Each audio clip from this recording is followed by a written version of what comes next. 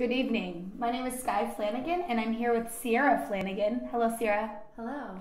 We're sitting here tonight with Noah Wilson Rich, the founder and chief scientific officer of the Best Bees Company. Hello, Noah. How's it going? Great. Thank you so much for joining us. Yeah, thank you for having me. So Noah, maybe we could start out with a little background. Could you tell us how you first became interested in bees? Yeah. Where and when did it all begin? It all began in 2005. So it was when I started a graduate school program at Tufts University. I was not the sort of kid who grew up really playing in dirt. I wasn't fascinated by bugs. If anything, it was the opposite. My whole family hated insects and spiders, and we would all run and scream when we would see anything in the house. So for me, growing up, I was kind of just a typical kid. I had interests, but I don't think I was really that interesting in a way. So I would ask my father for career advice, especially in college. He would say, "Go to med school, son, get your MD, then we'll talk." And I would say, "Dad, I need to talk now. That's not going to help. I'll already have a degree by then." So I didn't find his advice very useful, although I did decide to be pre-med in college, which is a very vague term. I had a really great teacher, and I had a couple really inspiring teachers at Northeastern University where I was for undergrad. Becky Rosengaus and Wendy Smith are two of whom who really influenced me into taking more electives, advanced classes that were just interesting. Entomology was one of them. Animal behavior, sociobiology, all of these classes allowed us to take field trips. So we got to leave the classroom, we got to learn outside of the textbooks and engage with the environment. It sounds so silly and kind of esoteric in a way, but it clicked with me. So I ended up working with Becky Rosengaus for my undergrad thesis. She worked with termites, and I thought that was gross. But I listened and I understood that termites are social, just like humans, and termites get diseases. They don't have hospitals and doctors, so how do they stay healthy? That's what intrigued me. I followed that research question into grad school. Becky advised me to apply to this PhD program at Tufts. It wasn't working with termites, it was working with bees, but I got to work outside, and I loved that. So 2005, I started working with bees, and then in 2006, honeybees started disappearing around the country in this weird phenomenon called colony collapse disorder. And people would come to me and say, "Noah, you work with bees, what's happening?" And I would say, "I am a first-year grad student. I just started. I'm in the library. I don't know anything." But it forced me to learn more, and it also forced me to kind of come out of my nerd shell, and it turned this weird bee program that I was in into something so much more. Wow. And since then, tell us a little bit about what you've done with that. Yeah, so my research in 2006 took a big turn towards this disappearing bee crisis. It made the popular news, like in the New York Times. There was an article in spring 2007 announcing to the world, bees are gone. Bees are disappearing, and May Berenbaum wrote this article. She's a bug researcher. She's an entomologist, and she took it upon herself to leave the science behind and just communicate with people by saying, bees are important. If you like fruits and vegetables and you like bees, we need to pay attention to this. And I never forgot that first time that I read her article, and I was so inspired by her ability to communicate science to the public. So it forced me not only to research more about bee health, but also to change my communication style in a way. And I think that made me go rogue a little bit. I didn't take this traditional academia route that many PhD students are groomed towards. I instead went into this entrepreneurship and science communications type role, and I've really fallen in love with it. Wow, it's very inspiring, and I know there has been a lot more awareness brought around bees within the past couple of years. And we're so fortunate here at the Cambridge Innovation Center that we just got an installation of the Best Bees Company. That's right. So I would love to hear a little bit more about what your company is doing and how you guys got your start and where you see it moving in the future. Yes, so the CIC now has 2 honeybee hives on a rooftop here. It's the lower rooftop. And it is in line with what some see as a trend. I'm going to use air quotes around that. Because many think, oh, you're like from Brooklyn, you're a hipster, you like urban beekeeping. And it's not the case, because trends come and go. It's not just a fad. What we've found by putting hives on rooftops, like here at the CIC, is that bees do better here than they do in the countryside. It's counterintuitive. It was the topic of my first talk at TEDx Boston in 2012. So it's up at TED.com, or it's actually even up on Netflix now, which is really weird when my friends and I go to watch Netflix and they're like, let's watch your talk. But that's the purpose of it. And instead of being a trend, it helps the bees. Bees are still dying. It hasn't changed much since 2006. Even though colony collapse disorder seems to have ended, I wrote this paper in the New York Times, an op-ed this past September 2014, that detailed the rise and fall of colony collapse disorder. What's changed is that we find the dead bodies now, whereas before the bees simply vanished. So it's still quite a depressing story. It's just that things are changing. So we're staying up on it, and what we find is that bees in cities survive winters better, and they make more honey than bees outside of these cities. So it's kind of the least we can do is get the conversation started, thinking about sustainability by actually doing it and practicing what we're preaching. So I understand that colony collapse disorder, or correct me if I'm wrong, is due to a number of sources, from pesticide use all the way to mites that are actually killing baby bees. So can you talk a little bit more about what colony collapse disorder is, what's causing it, and what's really led to this rise and fall that you refer to? Sure, yeah. So colony collapse disorder seems to have ended around 2011. And again, what's changed is that now we're just finding the dead bees, whereas before they were gone. Bees are still dying. Even just last week, we got a new government report that 42% of beehives across the country died over the past year. 42%. It is unacceptable, unsustainable. And what we can do at minimum is at least identify areas where bees are doing better and then get more bees there, like what we're doing here at the CIC. There are 3 leading hypotheses for what's killing our bees. The first one is chemicals, so pesticides, fungicides, herbicides. The second one is diseases of bees. The third one is habitat loss, so not enough flowers. It seems as though these are all working together to hurt bees. And that's what complicates the story. It's not just neonicotinoid pesticides, and it's not just mites. It seems like what's likely happening is the chemicals weaken the bees, like they make their immune system run down, and the habitat loss prevents good nutrition for bees. They need diverse flowers to forage upon. Bees are vegan, all bees. So they need these diverse flowers. It's like if we eat pizza every day, it might be good at first, but then we get a headache after a while and we don't feel so good. Bees need a varied diet to feel good. So the chemicals and the bad diet combined make bees more susceptible to these infections. And the mites that you mentioned are like mosquitoes to humans. They transmit other infections like bacteria and fungus and viruses.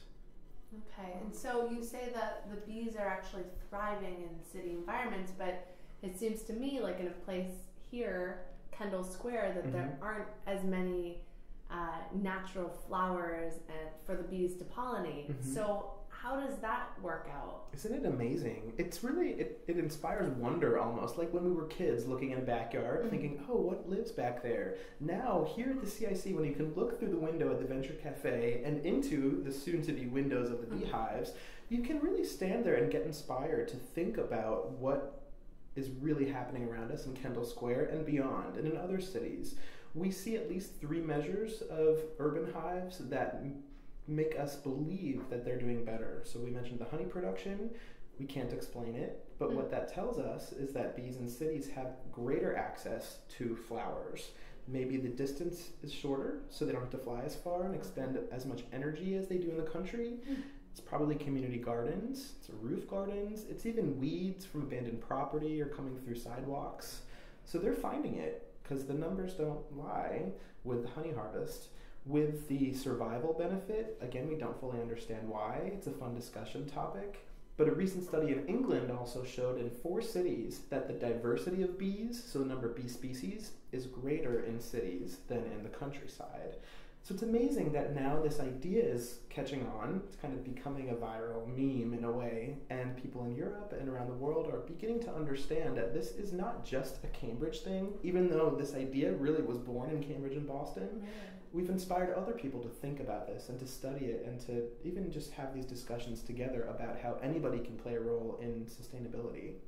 And so city governments are becoming more receptive to this idea? Yes. So we are really seeing this rising trend of more permissive bee policies in cities around the world and in countries. There's a news report today that France is even mandating buildings to have a green rooftop or solar panels. A big part of a green rooftop is pollinators, just either creating pollinator habitat by planting diverse flowers or actually getting beehives like here and other places.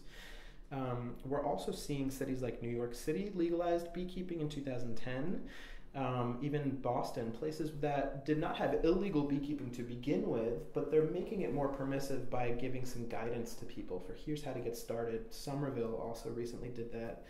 Cambridge and Watertown are now in the process of doing that. So it's not a legalization process because it wasn't illegal, but now it's more of a government guide to the greater community for here's how to get started in beekeeping. That's fantastic. And I was wondering a little bit about the connection between city beekeeping, urban beekeeping, and actually pollinating the fruits and the vegetables in the countryside. You mentioned that there's increasing populations within cities, and I wanted to know, like, how does that kind of connect to the overall issue with like the fact that we're not having enough pollinators out in the areas that need it? Yeah, so it's amazing that we've got this mismatch that's happening now in the greater environment between flowers and pollinators. We had a crazy harsh winter this past winter of 2014 to 2015, most snow on record, right? That forced a delay in a lot of the blooms from flowers. They bloomed a bit later this year. The pollinators, however, did not come out later. They came out on the first warm day. Bees tend to not hibernate. They just hide inside like us people. If it's a bad day, we'll cuddle and maybe eat some honey. That's what bees do. They cuddle, they keep their hive about 90 degrees all winter long, and they eat honey for fuel. On a nice day, they're going to go outside. The problem this year was that there were no flowers. So this climate change issue is causing this pollinator flower mismatch, and it's a huge problem, especially in areas in the countryside that only have one crop planted. So we call those monocultures. It's very different from the city where we don't just have one bloom. We have a whole diversity of floral blooms. Places like cornfields in the Midwest, there are government incentives now to rip up all crops, all plants, and just plant corn. That is a subsidized crop, and it's a bad policy because it harms our pollinators that require diverse crops. So recent news from the Obama administration really created this new incentive to plant wildflower seeds. Anybody can do it, right? It seems like such a silly thing almost. They put over $50 million towards this initiative, but it really is a simple solution that any individual person, a citizen, can do, or even a farmer by planting wildflowers on the edge of that habitat. If you have to grow corn, maybe just do some other wildflowers. Bees can fly for miles, so they'll find it. We just have to help them out with it. I'm curious to know a little bit more about how far bees actually can fly. You say they can fly for miles, and they go from place to place. What is their average lifespan, and how far do they travel per day? Yeah, it's such a fun question here. So honeybees we're talking about. Honeybees are one species of bee, and there are 20,000 species of bees in total, right? So we kind of treat honeybees as a teacher's pet in a way. We think, oh, you're doing all the great pollination, but there are things called, there's a squash bee and a blueberry bee and an alfalfa bee. They're really the workhorses of agriculture. Honeybees are also amazing. They're generalists, so they can just go out and even pick up pollen that's fallen off. Carpenter bees will drill into the sides of flowers, and they try to steal pollen, meaning they're not going to help carry it between flowers so that they don't contribute to pollination. They're kind of robbers. There's some mining bees that do that too. But anyway, honeybees will go clean up the mess. They'll reuse the dropped pollen, and they'll help to bring that to pollinate crops. So that is a great benefit. We think that bees can fly for between 2 and 5 miles in terms of honeybees. Heather Matilla is at Wellesley College, not too far from here. I call her the bee whisperer because she will watch a bee's waggle dance, which is basically how bees communicate to other bees where to fly to find good flowers.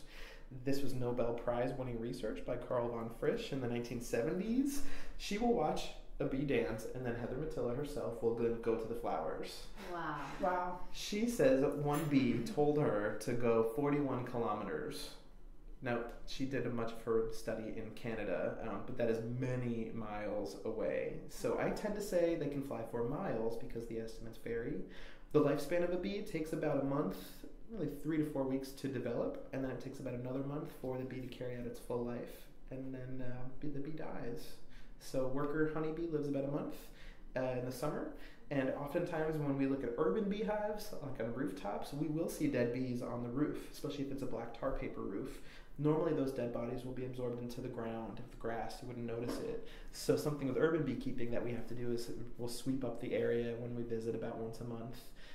In the winter, bees will live about 3 to 4 months. They're not as active, and they just are full-time cuddlers. So we know that to restore bee populations, urban beekeeping has been found to be a really successful way of doing so, as well as diversifying crops and this new plan from the Obama administration encouraging the planting of sunflower or wildflowers, excuse me.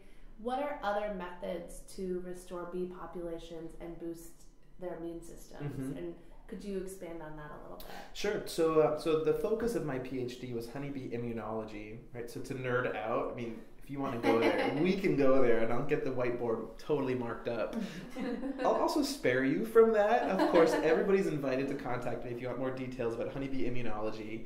However, we do understand that their immune system is similar to that of humans in some ways and very different in other ways. Stress plays a role. Bees can get stressed out. If you move beehives a lot, then that can weaken their immune system and make them more susceptible to disease. The immune system, we believe, can be weakened in at least 2 ways, one of which is by moving hives constantly.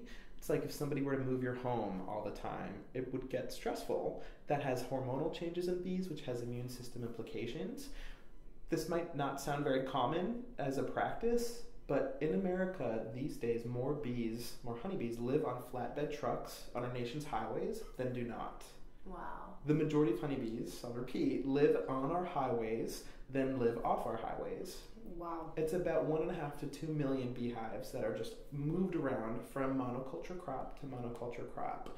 That's their job, and those are the bees that were most associated with colony collapse disorder and other diseases. That's even bigger of a problem when you think about them transporting the diseases across states. It's a mess that's happening in our U.S. agricultural system. The other thing that can weaken the immune system of bees is these chemicals that we don't fully understand. So in Europe, you hear they'll take chemicals off the market, pesticides, neonicotinoids. There's been a multi-year ban in some parts of Europe from selling these particular pesticides. In America, we can't do that because we have big industry and biotech, not necessarily biotech, but really in terms of pesticide development companies that are lobbyists in Washington, and the government does a conditional approval on pesticides, so you can release and sell a pesticide and promise to test it later. Bees are the species that are most often used for that testing, honeybees specifically, like the canary and the coal mine. So Europe, you have to test a product before you can sell it. So if it's not fully tested in Europe, they ban it. In America, it's like, nope, there's a promise, they'll be testing in the future. So in short, the 2 things that really can help the bee's immune system are if we keep hives stationary, like here at the CIC, we'll see these hives year-round. These are permanent structures. Even though they can be moved, we treat them with respect in that way. Keeps them healthy. The other part is to be aware, at minimum, of our chemical use in general, and our as a society in the greater Cambridge area. If you need to use chemicals for agricultural purposes, just do it with a purpose. Don't spray with an airplane, from an airplane or from a van or a truck. It might seem like that's from the 1950s with, DDT, and it's still happening in many communities not far from here. I would love to, if you could expand a little bit about the colony collapse disorder and the status of bees throughout the entire world. We've talked a lot about the U.S., and we know that the chemical situation in the U.S. is quite challenging, especially in comparison to Europe. But I'm curious about Africa and Asia and different places where we know that bees are all over the world. Absolutely. So many of the bee diseases and die-offs have happened in the developed world, really, thinking about the United States and Europe. In Africa, I had the opportunity to go to Kenya with a group called Bees Without Borders, this great nonprofit group. We were working with the Samburu tribes north of Nairobi, and they work with African bees. They are different in that they tend to swarm more frequently. They always are on the run because predators ate the nice bees a long time ago in evolutionary history. So we have more aggressive bees in Africa that are constantly running. That actually leads to better health. Bees are very healthy in Africa. They're also quite healthy in the tropical regions of the world. And we just hosted a meeting with the World Bank and the delegation from Haiti to talk about how we can improve the quality of life in Haiti through beekeeping. So we're actually moving forward with advising them on how to go into entrepreneurship opportunities using beekeeping, similar to the Best Bees Company, and also how to train people in Haiti in a way that they're doing in Nairobi in Kenya, where they have a central kind of government facility that trains people on how to build beehives, how to do beekeeping, and how to actually make a living from it. Wow. And if you don't mind me jumping back a little bit, I'm curious. I understand that industrial agriculture and big industry is in many ways driving a lot of the colony collapse disorder with the monoculture, etc. But because we depend on bees for our food system, it's like 1/3 of produce or some gargantuous number like that we depend on from bees. What is the big industry in ag doing about this problem? Yes, so over 100 of our fruit and vegetable crops come from bee pollination. We need bees, and companies realize this, even the pesticide companies. So there are PR moves, as I call them, for example, Monsanto purchasing maybe 5 or so years ago another bee research company. It's kind of similar to the Best Bees Company, except our research is relevant. With their research, the company is called Biologics, and they were doing RNAi technology to look at this really acute paralysis virus. It was this virus that at one point was associated with bee deaths, and at that point when Monsanto took them over, they were no longer associating that virus with bee deaths. So their research wasn't necessarily relevant, but Monsanto purchased them as a move to show the world that we care about bees, we're taking on this bee research company as part of what we do. And I think at minimum that's something that larger agricultural companies are doing. They're saying, this is important, let's fund the research at minimum. But I do think it's more of a PR phase right now and less of a productivity phase. We haven't seen much come out of those research initiatives just yet. Yeah, it seems to me one of the greatest challenges with protecting the bees is funding. Absolutely, funding I know is that so hard to come by. There aren't a lot of grants out there to do this type of work, and that Best Bees Company has really needed to find a good model, like it has as a for-profit, to scale the business. Is there a way that Big Ag could actually funnel their money into some small startups, such as what's going on in Africa or here locally?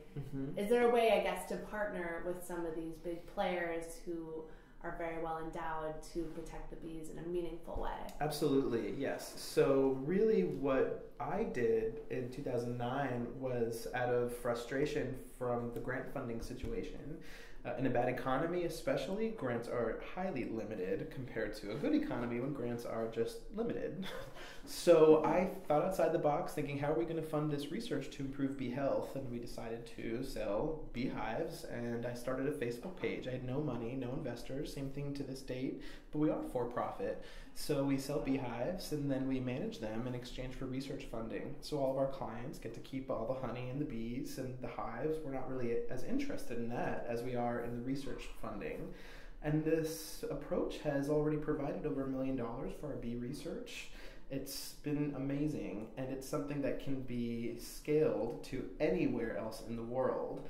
if we're thinking about how pesticide companies are interested in more of a PR benefit because their bread and butter would be the pesticides, that's what they do. Recently, Monsanto actually just announced that they're pivoting away from new technologies into pesticides. So they made an offer to buy Syngenta in Switzerland, which is the world's largest pesticide company.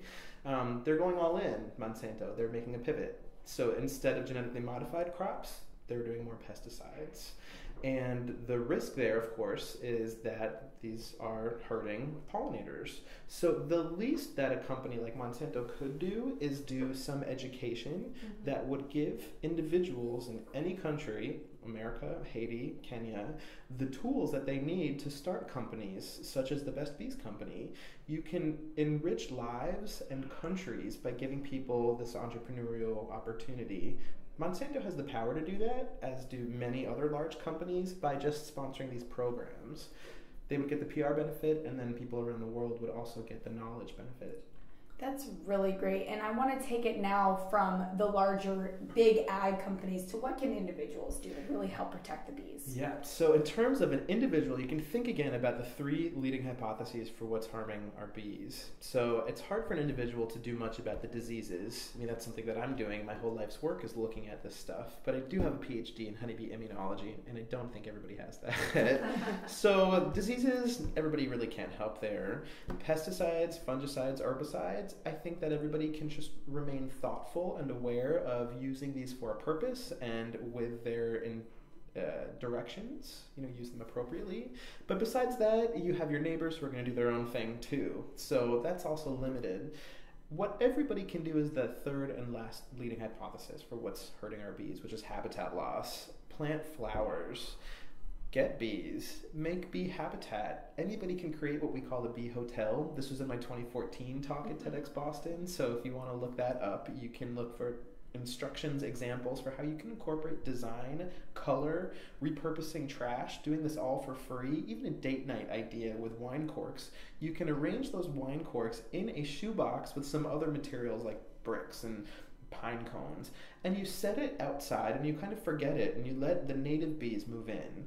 Native bees being some bumblebees and mining bees and orchard bees and orchid bees and leafcutter bees. All of these unknown things that live in our own backyard will move in, and you're repurposing your trash to give them a home. Anybody can do that, and of any age and anywhere around the world. That's fantastic. And it seems to me that one other hurdle, though, would be maybe the neighbors. There's a lot of misconceptions and stigma around bees and them stinging you and being not our friends. That's right. How can we educate our neighbors and our peers who may be afraid of bees or have the wrong idea about bees? Are there some good resources that you could recommend to educate the community about the importance of bees, as well as the fact that they are generally harmless to the community and within a city? Yeah, absolutely. So when people hear the word bee or bees, they tend to get nervous. I understand that, again, because I wasn't the type of person who grew up in a very bee-friendly world. But I think it's important, first and foremost, to acknowledge that bees are not wasps or hornets or yellow jackets or things that we often call bees. The bees that beekeepers work with are non-aggressive bees. Beekeepers don't want to work with aggressive things either. We want to work with the non-aggressive bees, and that's what we do, especially in the cities, but commonly in Massachusetts. It's called the Italian honeybee. It's the most common bee beekeepers work with, and they're not aggressive, great honey producers. They are vegan, unlike wasps, hornets, yellow jackets, which are carnivorous, and they need to use their strong venom and stingers. Honeybees do have stingers, like we have fists, but they die when they sting. Can you imagine if we punched somebody and then we were dead, right? Like, that better be a pretty darn good punch. Everything in the natural world can defend itself. There are things called stingless bees, and they bite. So everything can do a defensive mechanism to some approach. I think that the one thing really I want to say else about this is it's important to engage the neighbors, the community. If somebody has something to say about their fear of bees, all we can do is listen. You really can't do much to talk people out of it, and I call this the perception versus reality challenge.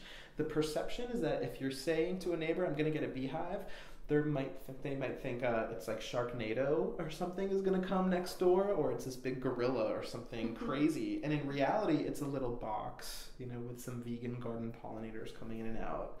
So one of our big corporate clients in Boston this year is a secret client, but we're very excited to announce who it is next year when they announce, we've had bees and here's some honey, instead of this year saying, we're getting bees to the tens of thousands of visitors they have every day.